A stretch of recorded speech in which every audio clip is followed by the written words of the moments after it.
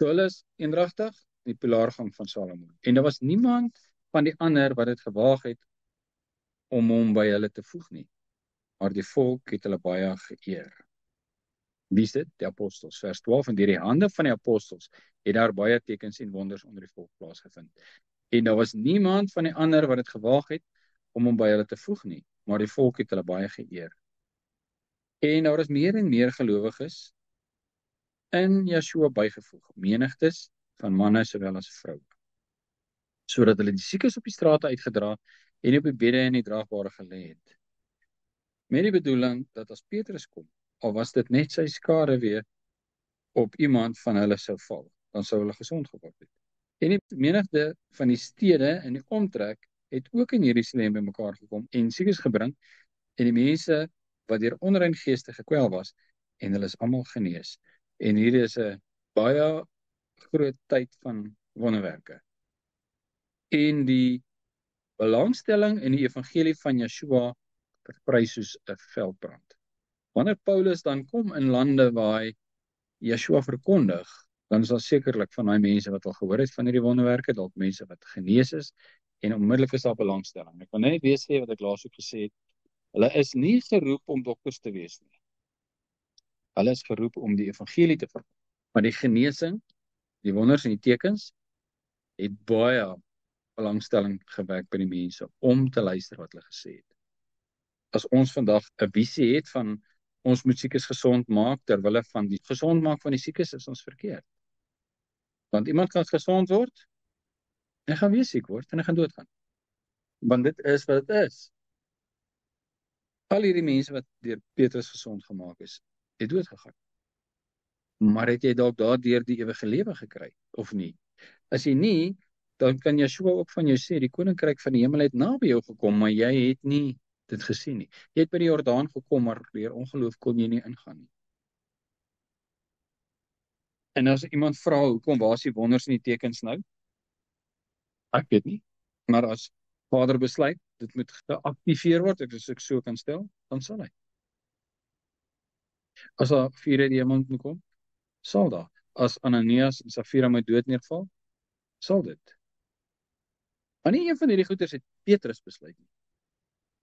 Dit het van Vader gekom, die Heilige Gees lei ons, en ons is beskikbaar. My mening, hoekom dit vandag nie gebeur nie, is die wêreld is absoluut ingestel op sensasie. Ons is sensasiesoekers. Dit sal almal trek, en hulle sal die sensasie geniet, die televisie sal daar wees, en die toesprake sal gehou word, en die getuienisse sal daar wees van die mense wat genees is, en waar gaan die geloof wees? Nou, wat het ons wat hulle nie gehad het nie? Die woord van God. Petrus kon nie vir hulle uit Handelinge uitlees nie. Klink snaaks as ek dit sê. Hy kon nie vir hulle uit enige van Paulus se sendbriewe uitlees nie. Kon net Openbaring uitlees nie. So wat het ons? Ons het die volledige woord. Waar kom die geloof vandaan? Die woord van God. Wat se woord het hulle gehad? Dit wat Yeshua vir hulle gesê het hulle oorgedra aan daai mense. Maar ons het die volledige woord. En wanneer ons dit eet, sy woorde eet, dan word dit geloof in ons hart. Ons het nie wonders en tekens nodig nie. Geloof is uit die gehoor en gehoor is uit die woord van God. As die wonders en tekens jou kan motiveer om te sê, wat sê jy? Dan is dit wonderlik. Maar die wonders en die tekens gaan jou nie laat glo nie. Ironies. Want in u naam het ek gedit, het ek duiwels uitgedryf, soos 'n wonder en 'n teken, en hy sê, gaan weg by my, werker van ongeregtigheid, maar ek het dit in die naam duiwels uitgedryf. Ons is ook geneig dat as daar wonders en tekens gebeur deur mense, indien dit sou, dan is dit nou die diepgelowiges met die waarheid. En vir hulle moet ons luister. Dis nooit gesê, dis 'n maatstaf nie, inteendeel. Die voorbeeld wat ek nou van gepraat het, van iemand wat vir Yeshua gaan sê, in die naam het ek duiwels uitgedryf, en dan sê ek het jou nooit geken nie, gaan weg van my, werker van ongeregtigheid. En as ons nou vandag iemand moet ken wat duiwels uitdryf, ons sal absoluut dan sê, lippe hang vir die evangelie. Maar dis nie te sê is reg nie. Dis eintlik 'n skok. Kan jy dink, iemand dryf duiwels uit in die naam van Yeshua, en hy's 'n werker van ongeregtigheid? By wie kan ons dan nou luister? Wie kan ons glo? Ek weet nie wat die stad se naam is nie, maar hulle was edelmoediger as die ander, en hulle het elke dag die skrifte ondersoek om te kyk of hierdie dinge so is. So Paulus gaan, hy sê, dis so en so en so, en daai mense gaan elke dag en hulle gaan kyk of hierdie dinge so is. is die enigste manier. Ek sê vanaand goed hier, en almal wat my hoor is veronderstel om te gaan kyk of hierdie dinge so is. Waar? In die woord van God.